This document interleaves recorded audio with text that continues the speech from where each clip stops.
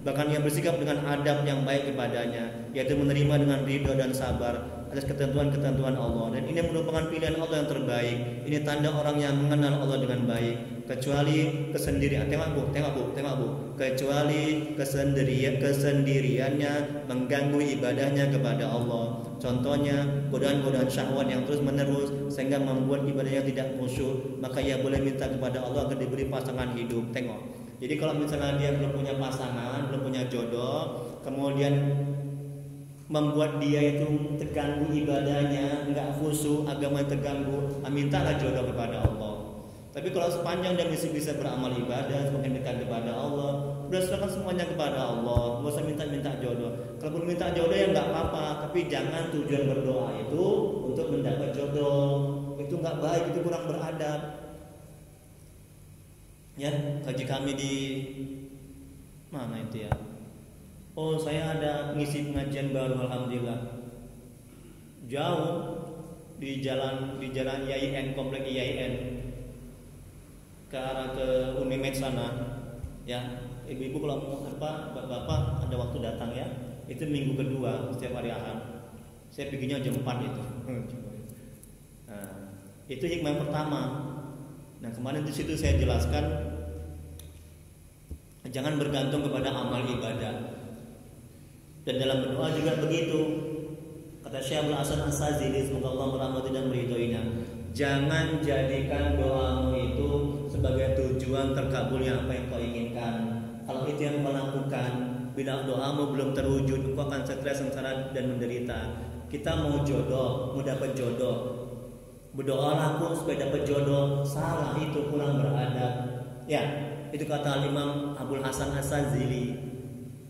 Ya, berdoa dapat jodoh, itu jadi benak hati kita. Ketika belum dapat jodoh, stres kita.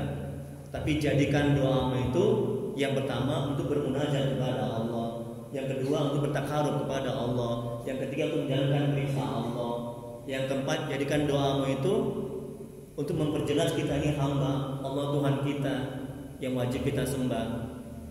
Jadikan doa kita itu untuk menjalankan hak-hak ketuhanan. Nah, begitu. Jadi ketika doa kita terkabul, kita nggak akan merasa hebat dan merasa mulia. Karena semata-mata terkabulan doa kita bukan karena doa kita, betul. Itu karena rahmat Allah, karena karunia Allah. Ya. Dan ketika doa kita belum terkabul, kita nggak akan sakit hati, nggak akan stres. Karena bukan doa kita, terkabul. Jadi jangan bergantung bersandar kepada keinginan-keinginan kita ketika berdoa. Dapat jodoh, oh, stres. Itu manajemen hatinya. Kemudian berikutnya yang terakhir, yang mana Bu? Dia dalam keadaan fakir, itu ya, betul? Apabila dalam keadaan fakir, ia tidak minta kekayaan kepada Allah. Ia terima kefakiran dengan ridho dan ia anggap inilah pilihan Allah yang terbaik menjadi orang fakir, orang miskin. Maka ia termasuk orang yang mengenal Allah. Tengok, kalau kita miskin nggak ada duit, udah nggak usah minta kaya, ya, nggak usah minta kaya, ya. Ada bu, ada nggak jaminan kalau kita kaya kita semakin dekat dan mengenal Allah? Ada jaminan. Ini kita ini nggak ada duit, ini kita miskin, kita tenang, kita bisa beramal ibadah, ya, kita semakin dekat kepada Allah, ya. Ya, hati kita ini merasa cukup, ya, atas pembagian rezeki sama Allah. Kemudian kita ngotot, nafsu kita ingin kali kaya, karena uang dengan kaya untuk bisa segala-galanya. Aduh, stres menderita kita. Dikasih Allah kaya, kita semakin jauh dari Allah. Oh, celaka itu. Tengok Sa'labah, betul kan Pak Haji kan? Ya Ustaz ya? Sa'labah, ngotot dia, nafsu kita. Tolong ya Nabi, doakan Nabi ya Nabi. Nabi masih diam. Besok datang lagi, minta doakan. Datang lagi minta doakan. Dia meminta dengan nafsunya. Didoakan Nabi, ya kan? Nah, kaya dia, banyak kambing ternaknya. Sebelum kaya, dia rajin di masjid. Dia taat kepada Allah, dia mengenal Allah. Tapi tengok, karena dia minta dengan nafsunya, rakus dia, tamak dia. Apa yang Allah buat? Ya, jangan begitu kita, ya. Udah terima dengan ketentuan Allah dengan ridho. Insya Allah kalau kita terima dengan ketentuan Allah, kita miskin, kita terima dengan ketentuan Allah dengan ridho, Allah akan membuat kita kaya, ya. Tanpa pun kita minta. Kemudian berikutnya, ini bu, tengok bu. Sekali lagi nih Bu, jam 6 lewat 15.20. Apabila ia sakit dan bisa menjalankan ibadah kepada Allah, ia tidak minta sehat kepada Allah. Tengok Bu, kalau kita sakit, kita bisa ibadah, jangan minta sehat. Sakit membuat kita dekat kepada Allah, membuat kita rajin beribadah kepada Allah, membuat kita banyak zikir. Itu lebih baik ketimbang kita sehat, membuat kita jauh dari Allah. Betul. Jangan sok tahu, udah semua pasrah kepada Allah. Ustaz, kakiku ini Ustaz, asam urat sebulan nggak sembuh Ustaz, stres aku Ustaz. Allah ilaha illallah. Ibu bisa nggak ibadah? Bisa Ustaz. Ibu bisa nggak kerja? Bisa Ustaz. Kenapa ibu mengeluh? Ya, taunya hatinya hanya terfokus kepada satu aja yang sakit itu, kakinya. Jangan ya. Tengok nih kata Al-Imam ini. Nah, saya ulangi lagi, bagus sekali ini. Apabila ia sakit dan bisa menjalankan ibadah kepada Allah, ia tidak minta sehat kepada Allah. Ini pertanda hamba yang mengenal Allah. Tetapi bila sakit, tengok bu. Tapi bila sakitnya sampai mengganggu ibadahnya kepada Allah, menuntut ilmu kepada Allah terganggu, maka ia minta kepada Allah untuk sembuh. Itu dia. Kalau sakit kita membuat kita terganggu ibadah kita, mintalah kita kepada Allah sembuh. Tapi ingat, jangan jadikan tujuan kita berdoa untuk supaya sembuh. Ketika enggak sembuh, stres, betul. Tapi jadikan kita berdoa itu sekali lagi ya untuk menunjukkan kefakiran kita, rasa butuh, untuk melaksanakan hak-hak ketuhanan, untuk menjalankan ibadah. Karena doa itu ibadah. Auzubillahi minasyaitonirrajim, ud'uni astajib lakum, mintalah maka akan aku kabulkan. Itu perintah Allah. Jadi jadikan doa kita itu untuk menjalankan perintah Allah. Ketika sembuh, kita enggak merasa hebat, enggak akan merasa mulia, enggak akan melupakan Allah. Ketika belum sembuh, kita akan bisa bersabar. Ini Pak Haji Palian saya ruqyah dia di rumah sakit. Nah, opname rumah sakit Abdul Aziz ya. Nah, alhamdulillah sehat. Saya meruqyah bukan semata-mata supaya Pak Haji Parden sembuh, tidak. Karena saya udah tahu ilmunya. Tengok, setelah sembuh bukan semakin jauh dari Allah, semakin dekat kepada Allah. Untuk rajin yang kemarin, alhamdulillah beribadah, ngaji. Ya, itu ciri-ciri yang diridhoi oleh Allah. Begitu Bu, ya Bu ya. Yang terakhir Bu, jam 6 lewat 25. Yang mana sekarang Bu? Jika jadi bila kita dalam keadaan dan keadaan itu tidak kita senangi, ingini, maka diamlah dan ridho pada keadaan itu. Jangan minta pindah ke keadaan yang lain. Kalau kita masih bisa beribadah menjalankan perintah Allah dan meninggalkan larangannya. Yang terakhir, bila yang berpasangan suami istri, ia tidak minta cerai kepada suami atau istrinya karena ridho dengan keadaan itu, selama tidak mengganggu beribadah menjalankan perintah Allah dan meninggalkan larangannya. Ini pertanda hamba yang mengenal Allah.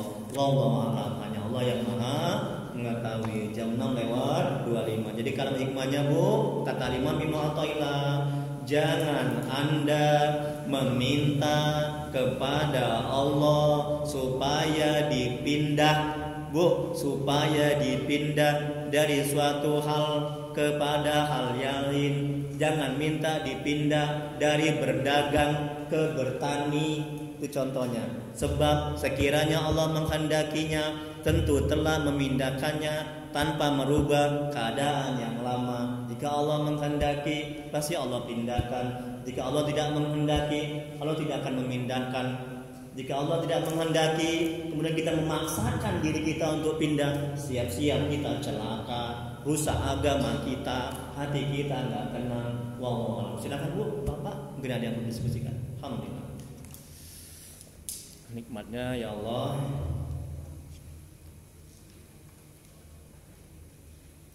Ada? Nggak ada? Kalau nggak ada, doalah kita. Alhamdulillah ya. Sudah dapat semua ya materinya. Oh, ini Bu, ya Bu ya, jangan lupa nih materi yang ke-25, yang ke-25, yang menunda amal perbuatan kebaikan karena menantikan kesempatan yang lebih baik. Itu tanda kebodohan yang mengalami jiwa, mengalami hati lah. Ditunda-tunda amat, besok lah ibadah, besok lah, ya kan? Kotor hati itu, jangan ya Bu ya. Nah, jangan ditunda-tunda amal ibadah. Astaghfirullahaladzim, astaghfirullahaladzim, astaghfirullah. Allahumma sholli ala sayyidina Muhammad wa ala alihi wasallam. Allahumma sholli ala sayyidina Muhammad wa ala alihi wasallam. Allahumma sholli ala sayyidina Muhammad wa ala alihi wasallam. Bismillahirrahmanirrahim. Alhamdulillahirabbil alamin, hamdan yufi ni'amahu wa yakfi mazidah. Ya rabbana lakal hamdu kama yanbaghi li jalali wajhika wa 'azimi sultani. Allahumma sholli ala sayyidina Muhammad wa ala ali sayyidina Muhammad. Ya Allah, ya Rahman, ya Rahim, ya Maha Pengasih lagi Maha Penyayang. Dengan keberkahan kemuliaan Nabi Muhammad sallallahu alaihi wasallam, dengan keberkahan kemuliaan syiar, dengan keberkahan syiar. La ilaha illa anta subhanaka inni kuntu minaz zalimin. Ampuni ya Allah dosa orang tua kami. Ampuni sebesar apapun masa lalu mereka. Terima amal ibadah mereka. Terima tobat mereka. Kasihanilah mereka ya Allah. Ya Allah, ampuni dosa orang tua kami telah mendahului kami. Jauhkan mereka dari siksa kuburmu ya Allah. Jadikan kemudian mereka taman-taman surga.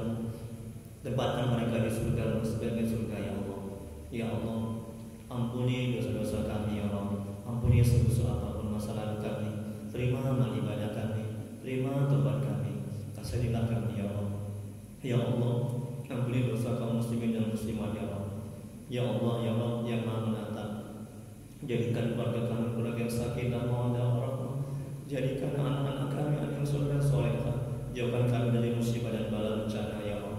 Ya Allah, tolonglah ya Allah. Mohon ya Allah, tuntunlah hati kami agar bisa istiqomah di jalan, agar bisa selalu mengingat, agar bisa selalu berselawat kepada Rasulmu ya Allah. Ya Allah, mohon ya Allah, bila di antara kami, keluarga kami, saudara kami, jemaah ini ada yang sakit, mohon ya Allah, angkat penyakitnya ya Allah. Beri kesembuhan kepadanya ya Allah. Bila ada yang mendapat kesulitan hidup, mohon lapangkan kesulitannya ya Allah.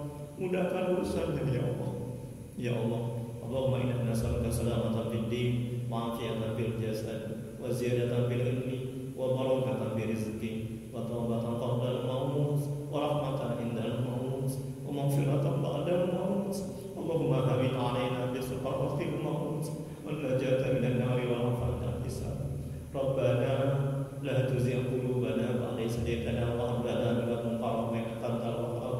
Rabbana atina fid dunya hasanah wa fil akhirati hasanah wa qina adzabannar. Wa sallallahu ala sayyidina Muhammad wa ala alihi wasallam. Subhana rabbika rabbil izzati amma yasifun wa salamun alal mursalin walhamdulillahi rabbil alamin. Allahumma shalli ala sayyidina Muhammad. Taqabbalallahu minkum. Assalamualaikum warahmatullahi wabarakatuh. Ya, ini Bu, kalau hikmah yang kemarin Bu, yang lalu bagian